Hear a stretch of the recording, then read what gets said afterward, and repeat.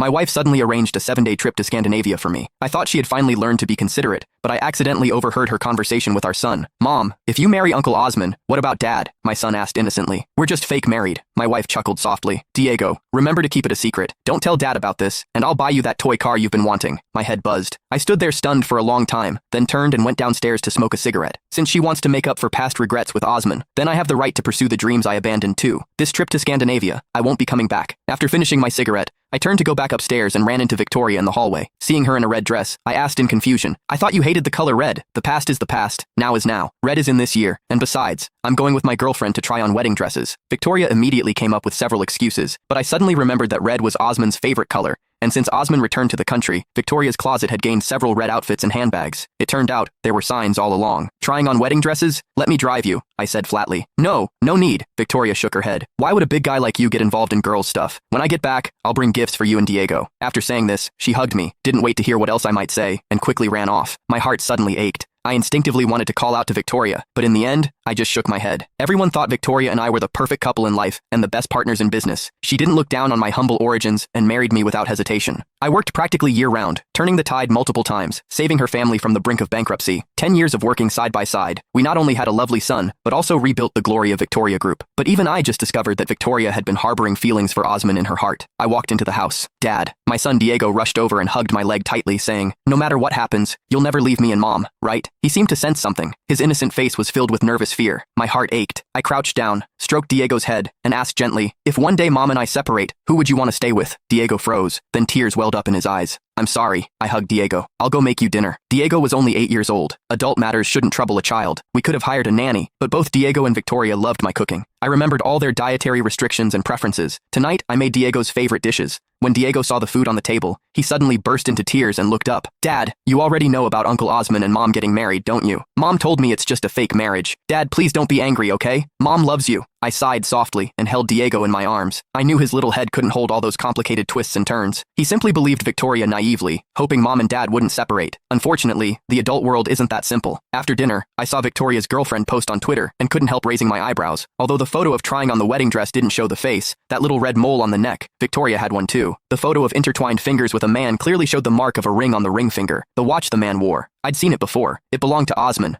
The caption read, the moon I missed will always come back to illuminate me once more. That phrase seemed familiar. I rushed into the study and moved Victoria's computer. Underneath was a notebook. The moment I opened it, that exact phrase jumped out at me. All signs indicated this account wasn't some girlfriend's, but Victoria's own. Scandinavian trip. The fictional girlfriend's wedding and Twitter account. Victoria, to deceive me for Osmond's sake. You could come up with such absurd tricks. I muttered to myself and picked up my phone to send a message.